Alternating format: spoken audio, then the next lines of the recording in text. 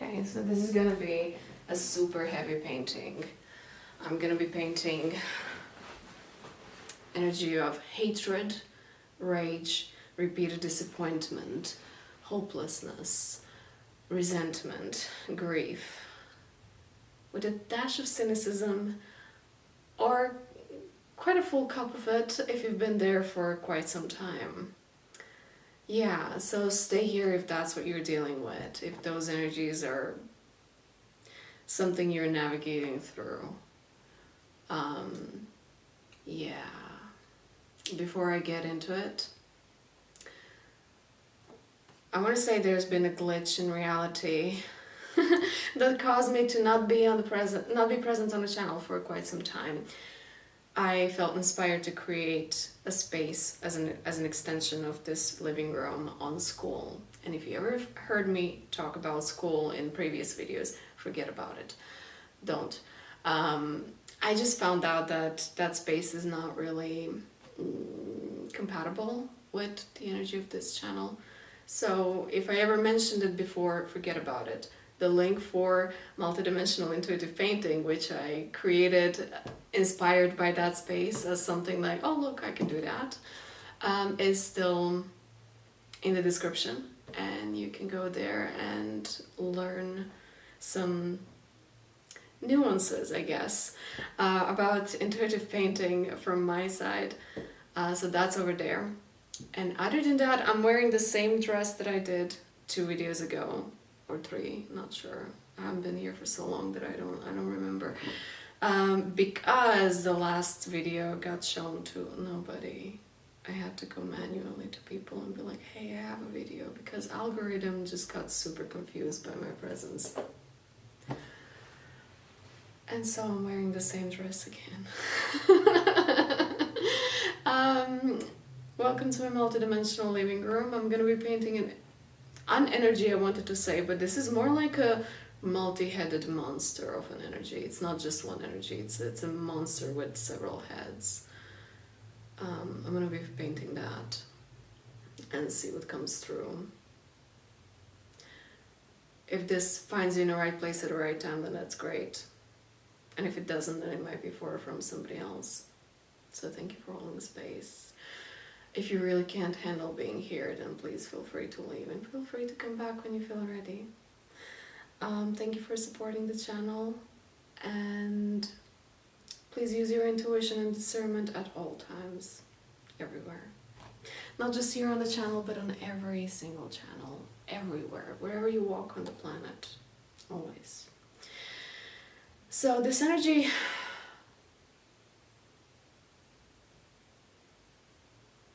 comes in like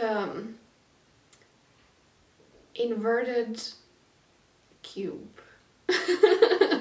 It's like a space inverted itself, because at first this energy of everything that I counted at the beginning of this video, so hatred, rage, disappointment, sadness, grief, hopelessness, cynicism, passive aggressiveness, everything, it feels like a black flat space, and it feels pretty much like a canvas, like a flat space that has 4 corners, and then as you move along this energy, you go from one corner to the other one, to the third, to the other, and then to the middle, and then you walk the sides, and then you walk diagonally, and you walk all over the space, and you get a sense of, I've been everywhere, I've done everything, I've seen it all, and I'm still here.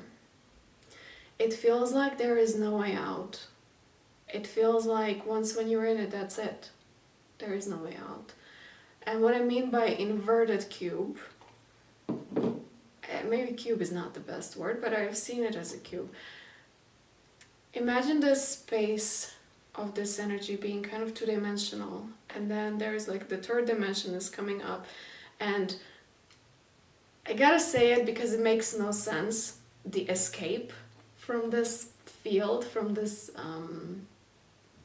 flat surface of this 2-dimensional space of that multi-headed energy, is here, up there.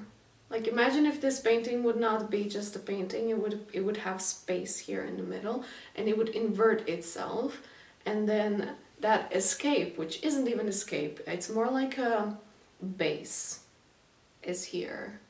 Like imagine a sphere right here above the painting, a red sphere. That's where the exit is. Exactly. Not an escape, but an exit. And once when you exit, it feels like you escaped it. But it's not an escapism of the problem. It's not dissociation. It's not this. It's not like removing yourself. It's just finding the exit door. And entering another reality, which is then kind of,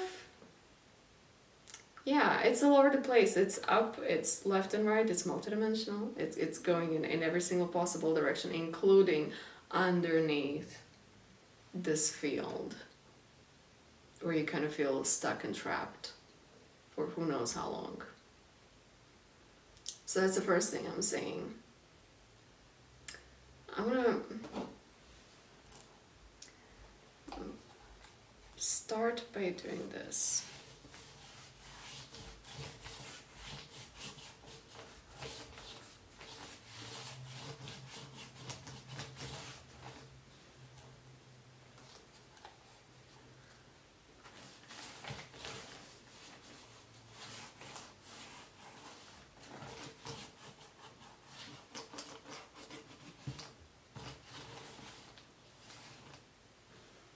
And I should have something, yeah, there's an edge to this energy.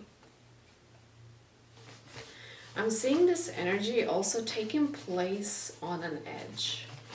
It's not just that the energy is edgy by itself, it is, but it's also, it's taking space on an edge.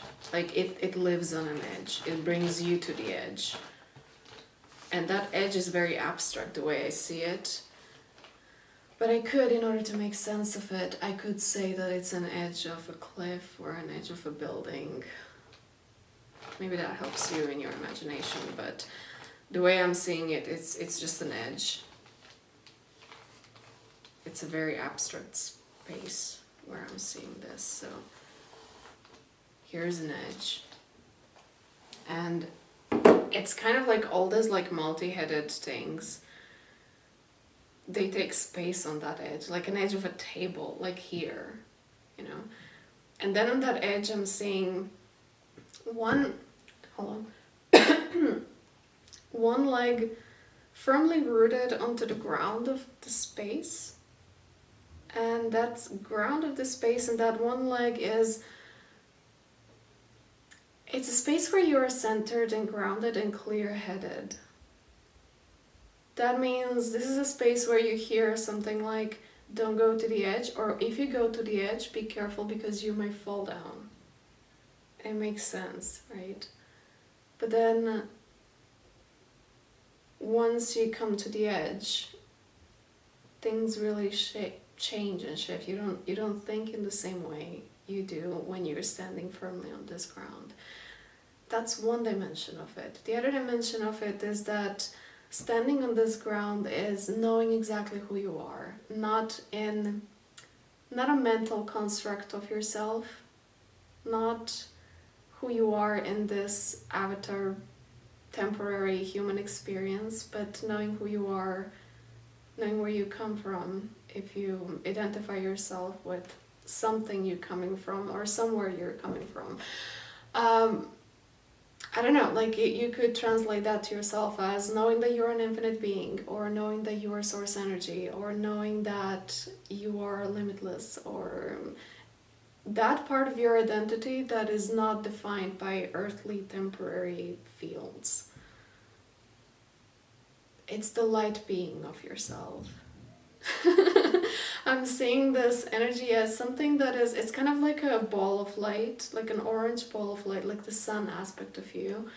that is bouncing in and out all over the space, kind of in a happy-go-lucky mode, because it's unbound by the human and earthly temporarities. It's free from this field of black-edged grief and sadness and hatred and rage. It's free from that. It's not fully disidentified from it. It experiences it, it witnesses it, but it knows that that's just a temporary experience. That's just an energy that is passing through. While to you down there, that might seem as real as, even more real than this.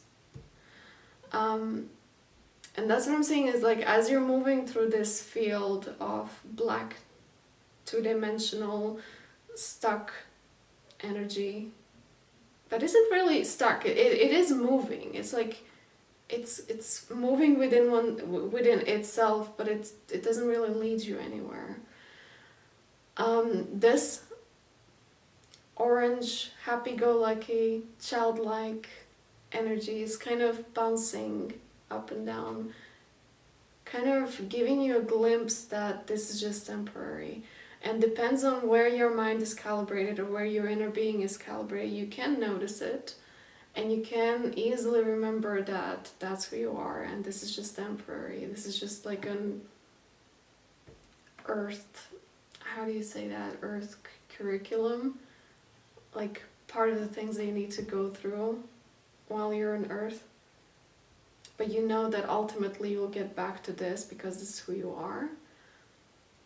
But at the same time, like, if you're really choosing to experience life currently through this blackness and experience this blackness as deeply as you possibly can, then this might be in the periphery, and you may catch glimpses of it but not fully identify with it. And it's nothing wrong if you don't, because maybe you really have to experience this energy really deeply, and you have to let it sink in. You have to let it inform you about itself. You have to see how it is to live life when you're down there, for whatever reason. And I gotta say, this actually, like, when I painted this, it feels like a mountain. It feels like climbing a mountain. Yeah. And when it comes to this edge, I'm gonna have another paint. When it comes to this edge, I feel that here on that edge, the energy is very tempting and seductive. So as your one foot is rooted in the ground, like let's say here, another one is going to that edge, and closer to the edge there is this amplification of energy where you feel adrenaline and excitement, and it's not necessarily positively charged. It's more so that it carries a frequency of truth. So if you're in this energy and you come to your own edge, you will start thinking like, I knew it, you know, now I see the truth, now I see how things work, and now I see what the world is, now I see the truth of this situation, now I see the truth of myself. And previously, like when you're firmly rooted in the ground, then you know that whatever the edge is, whatever this black energy is, it's temporary. It's an illusion. It's, in tarot, that would be called the devil energy. But as you're in it, it looks so real. That's a part of the illusion. It's like you can know that something is an illusion, and then you enter it, and then from inside of the illusion, it feels so real. It feels so real. And you know from the outside that feeling real is part of the trick, and you have to be careful because it feels very real. And somebody might even tell you, like, if it feels real, don't trust it. But it feels so real. And it makes you want to do the mindset work. And this is what I see as a challenge. The challenge being not to make mindset work from that space. I feel like I forgot something. What did I forget?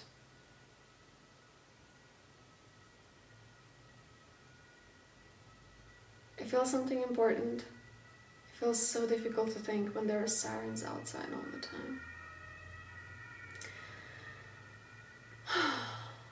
What did I forget? It'll come back to me. Yeah. You know how I would describe this energy of being on the edge?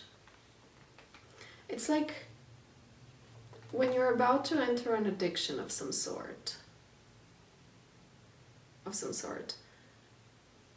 Whatever it is, alcohol or smoking or substances or whatever. And at the beginning you know it's bad, and you know you could have real deep problems with it. But you indulge in it only occasionally, only a little bit. You try, just a little bit. And you tell to yourself, no, I don't have a problem with this. I don't have a problem with this. I do it just for the weekend. And then just another weekend. And then just occasionally. And then occasionally turns out to be once a month. And then this once a month turns out to be 12 months per year. And then 3 years later, you've been doing it pretty much every month. And 3 years later, you're still thinking like, no, I don't have a problem with this. I only do it occasionally. But you do experience problems such as your teeth are falling out, or I don't know, your relationships are falling apart, or you can't focus and concentrate. You can't regulate your emotions anymore. And all of that is happening while at the same time you're telling to yourself like, no, I'm not having a problem. I'm just doing it occasionally. That's how seductive this energy feels of being in a repeated disappointment. That now it came to me what I forgot. How do I connect this now? That's how seductive it feels. It feels like it makes you want to lie to yourself, even if you know that you're lying to yourself. Now I have to go back to what I forgot, and that is, where on the map do I see this energy playing out, and how do you even get here? I'm speaking about the energy of repeated disappointment. So this is like the ground, the base, the starting point. You do something, you start from here, and then you go about life, and then something doesn't work out, and you end up being disappointed. And then you start all over again, and then you start something else, and then you end up being disappointed, and then it goes again and again and again, until eventually this disappointment starts feeling like a base camp. It makes sense now when I see a mountain here. It starts feeling like a base camp. It starts feeling like something you come back to over and over again, no matter how many different routes you take, and and what different things you try. You might experience, I don't know, meeting people over and over again and feeling the need to connect and create a friendship, but every single friendship kind of just shows you that these people are not really there for you.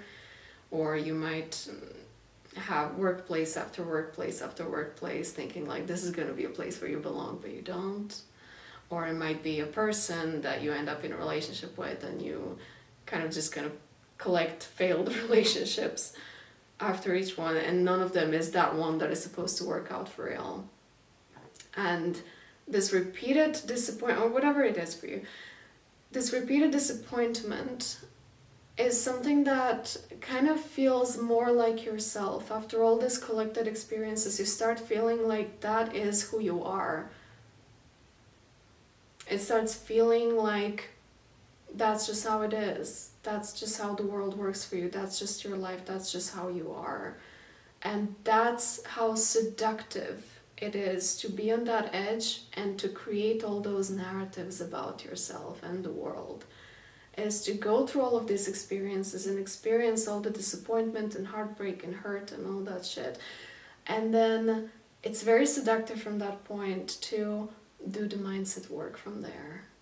Do this dirty mindset work. And what I mean by mindset work is to create narratives about yourself and about the situations and about the world and about other people that is now backed up by your personal experience, and you've shown yourself that that's how it is, so you believe in it more than you believe in that anything could be different. And I see that as a challenge, is to come to that edge point, which is kind of like the top of the mountain here in this painting, and not to make mindset work here, because you might fall. It's very illusory, because like when you see a mountain, you automatically might associate that with like big picture view and clear thinking and clear air, but actually some mountains are really not meant for getting the big picture view, because when you get up there, what you see is clouds that cloud your judgment, and when you get up there, you're really exhausted, and your perception might be super narrowed, and you might be focused extremely on the trail and on the next step and on the technical aspect of the things and things that you shouldn't forget. And it's not really a space where you should or could make life conclusions and allow space to, you know, just relax and let downloads stream into your consciousness. Especially if you're climbing into like high elevation peaks, like Mount Everest, for example, that has a death zone where there is not enough oxygen. It's like you might be going there to breathe some fresh air, but actually that space is not designed for your life at all. Like you're literally dying when you get there. And that's how I can compare being in this energy of repeated disappointment and then creating your mindset work, doing the mindset work from that space is like climbing the Mount Everest and then looking for fresh air over there and expecting that there you're gonna have your spiritual awakening. While that space is actually naturally designed to kill you. I hope that makes sense.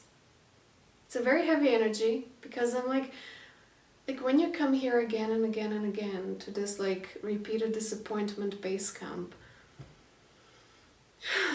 that anger you experience is not just a little bit of frustration. It's ability to destroy. And it's not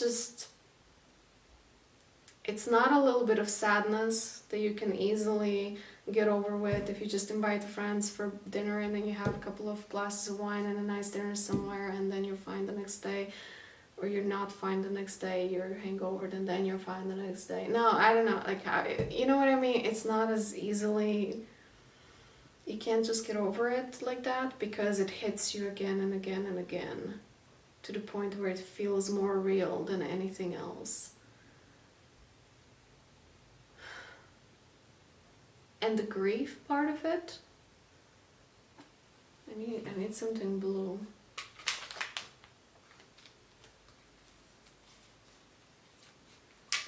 I think the grief is actually the most tricky of them all, because it doesn't necessarily announce itself as, hi, I'm grief, I'm gonna be processed by you in this moment in time, so let's just be sad for a moment and lie down on the floor. It's not as simple as that. Sometimes grief does feel like, yeah, you're sad and you're crying, and it's clearly understandable to your mind as, okay, I wanted this, I worked towards this, and it didn't work out. Schade. But it doesn't always announce itself in such a clearly understandable way. Sometimes it happens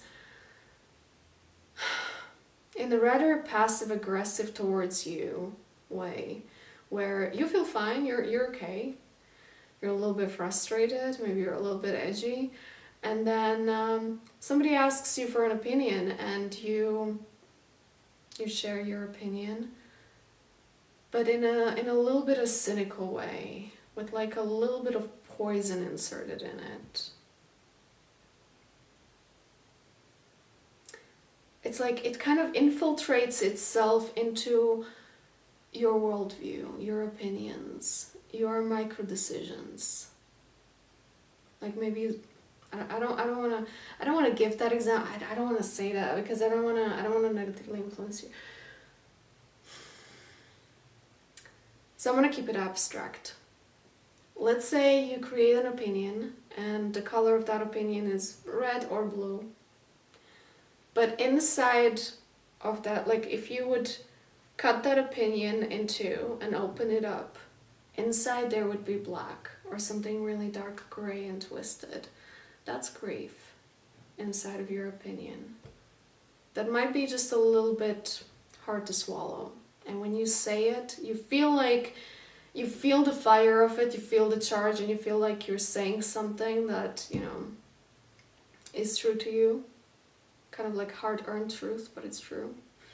It might not necessarily feel light and beautiful as you say it, and whoever is on the receiving end might also receive it with a little bit of like, oh, I see, I understand, or are you okay? Yeah, it's very sneaky. It kind of just, I see it as a slimy thing that kind of enters your words and your opinions and your habits and behaviors. Yeah, and it's just kind of there. It's kind of like silently guiding destructive behaviors or limiting beliefs or passive aggressive behavior or cutting yourself off from opportunities of any kind. I see that also very clearly how cutting yourself from opportunities doesn't necessarily mean cutting yourself off from external opportunities that come to you, but cutting yourself off from the opportunity to be fully alive in this orange energy, which it's red now here. In this knowing that you're a limitless being, in this knowing that you're a source energy, in this knowing that you're fine eventually, that this is just a passing energy that is going through you. You're cutting yourself off from that, and then there comes an opportunity, for example, that can meet you in this light, bouncy energy, and you just can't meet it because you're more calibrated to the edge of this. I wish I could say that all these energies are very crispy, but they're not. They're actually very slimy. They're really slimy, just like that. I mean, none of my paints is really as slimy as this, but kind of like that. Like black tar. Yeah.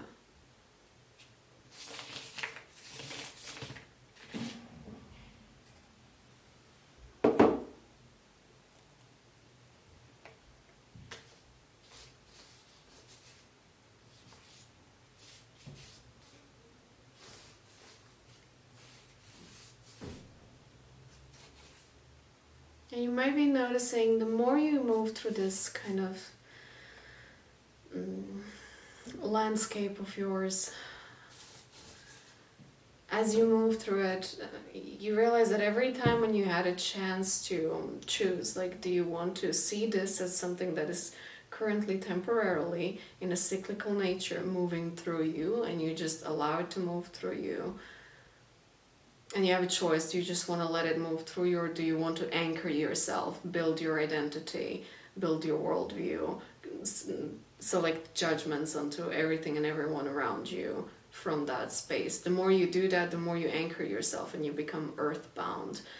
And you have a choice, do you want to do that, or do you want to just let it flow through you? And don't think, don't talk, don't write, don't do anything, just let it flow. And you realize that every time when you have a chance to let it flow and not attach yourself to that energy, what did I want to say? And then and every time when you miss that chance and you go with that dark flow and you do attach yourself, something comes to meet you, but on this level of yourself, on the level of you being the infinite being that is supposed to just let it flow. Sometimes, not sometimes, but like it happens, like something always shows up there and it catches you where you could have been, but you can't catch it because you're attached to this. And it just shows you that every time when you miss staying grounded in who you are as a being, and you attach yourself to the flow of this black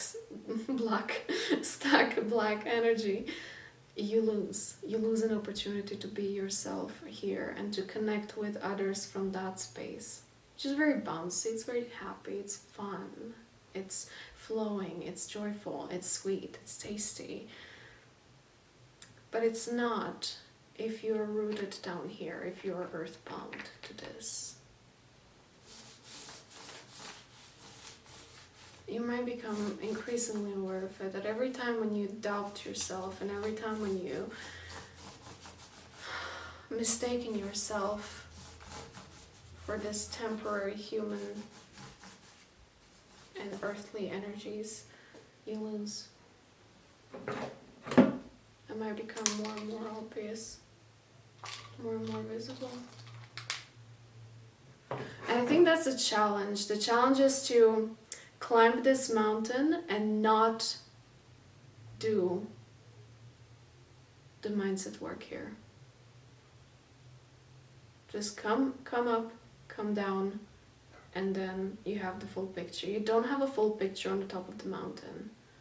You see clouds. You don't have enough oxygen over there. You still have to conserve your energy to come back down. Yeah, that's the challenge.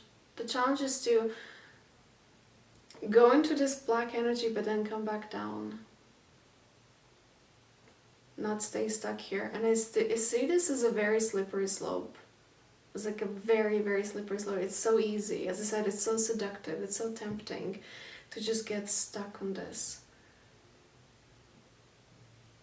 And I see many people, they come into this point eventually, sooner or later, and they just get stuck there. As if that's what it is. Of course they're going to get stuck there. And they don't have to, but they do.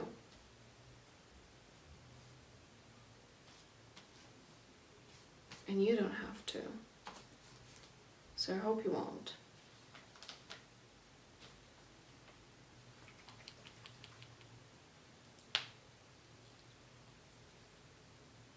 Oh, I have to break my bones to open this. Okay. Long time no see. So that was the challenge. What else is there?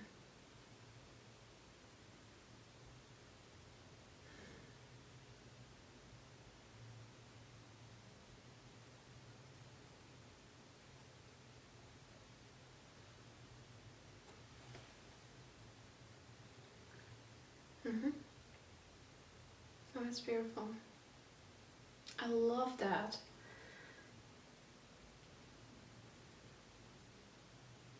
Love it. I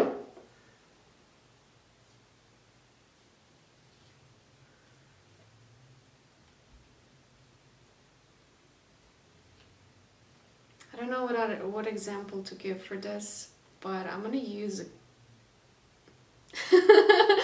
there could be so many more sophisticated examples of this, but I want to keep it simple. You know, like sometimes you cook a soup, or if not you, somebody does, and they put a piece of meat inside of that soup, just so the soup could get an aroma of the meat.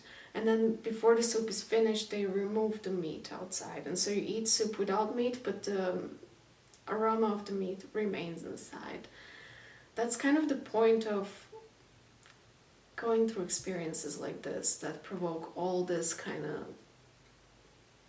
I just call it black energy, but it's basically all of the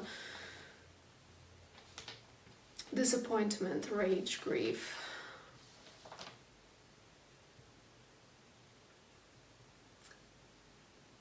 It's there to teach you that you're okay without getting exactly what is it that you want. It's there to get... It's like, this is you, right? And you have like an energy signature or like a soul blueprint. And inside of that energy signature, you have what makes you you. And sometimes your soul intends to create itself with ingredients that happen only as a result of an absence of something that you work towards. It's kind of like your soul has chemical elements, maybe a DNA. I see it as like something that can be chemically described in a formula of what makes you you, chemically, that is then available in your aura, in your field, in your sense of self, in your soul, as you go through experiences of climbing a mountain and getting back down, of working towards something and not having it as a result, but having an experience of getting towards it. It's kind of like being the soup that had meat cooked inside, but meat had to be removed. And now you might be the soup crying about itself that you don't have meat inside of yourself, but you were never supposed to have meat for the final recipe of that soup. You were supposed to just have an aroma. That's what makes you you. That's what makes you uniquely you. That's what I'm getting from this.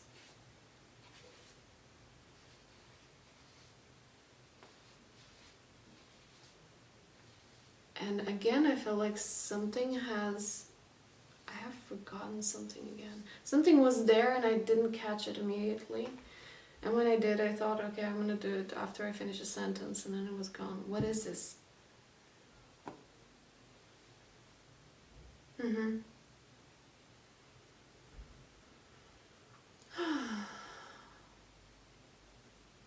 Yeah. It comes to me also that the grief, just like it is like silently infused into words and decisions and mindsets and so on, it's very tricky because sometimes it happens that it hits you. I think I have a painting called Painting for Sad and Anxious People, where I've been painting grief already. So you can look into that painting if you want. It was a very visceral example of how it looks when grief really hits you like a train and you know it and you have no choice but to process it in that moment. But then the next day you're fine. You're totally fine. The next day you're like, oh, you know, I'm fine. Nothing happened. No, I don't need a therapy. No need to talk about it. No, it's just gone. And then you think like it's gone forever, but then a couple of days later it hits you again. Or it doesn't hit you anymore like a train. It just kind of infiltrates itself into what you're doing and how you're doing things. It's very sneaky. So it also tells me that, you know, the point is not to transcend it to the point that it never happens again. The point is to allow it to come and allow it to go. And remember not to do the mindset work from here. And even if you would do the mindset work, I'm saying like, even if you would be like, okay, I'm not gonna make negative judgments towards myself and towards the world and towards everybody and everything involved right now and from this space. But you might want to attempt to do the positive mindset work, you know, being like, okay, I don't like this, so let me affirm something that I do like, right? I'm getting that this is such a heavy energy that it either makes you lie to yourself or feel like you're lying to yourself, or even if you do convince yourself into something that you do want to believe and experience, this might still be following you back around. So I'm getting that the only way is true. The only way is to allow this energy to just go through your being, your atmosphere, your aura, your sense of self. It's just like, see yourself as a host that is like temporarily hosting guests, and this energy is just temporary guest. It has to come here, it has to make a mess, it has to try to convince you that they're gonna stay for longer, and you just have to let it pass. And accept that eventually that's just how it is. It will come and it will go. It will come and it will go. that red dot in the middle is the exit point. It's above the clouds and it's above this black field of all the energies that might keep you contracted, stuck, helpless, hopeless, angry, hateful. So I guess when you find yourself in that empty, not empty, but this dark field that is kind of, it seems very closed, and you're looking for your exit there and there and there and there, try to look for the exit up there, if you know what I mean. Okay, I'm gonna end the painting here. I really like it. I like it.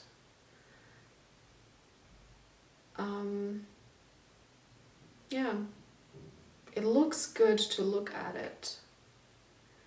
So I'm gonna take the photo of it and I will show it at the end of the video. Thank you. What am I doing with my hands? Anyway, thank you for being here. Thank you for supporting the channel. Thank you for liking, subscribing, commenting, sharing, whatever. I really appreciate it all.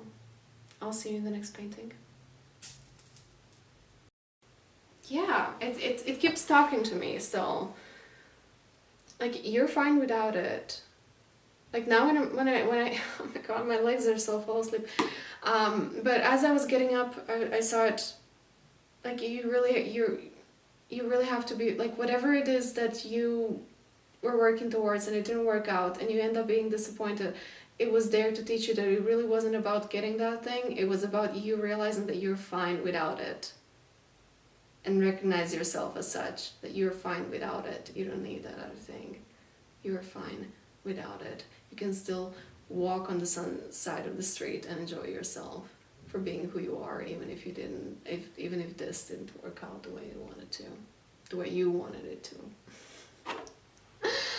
Ouch, that's the whole point. My legs are so asleep. Oh.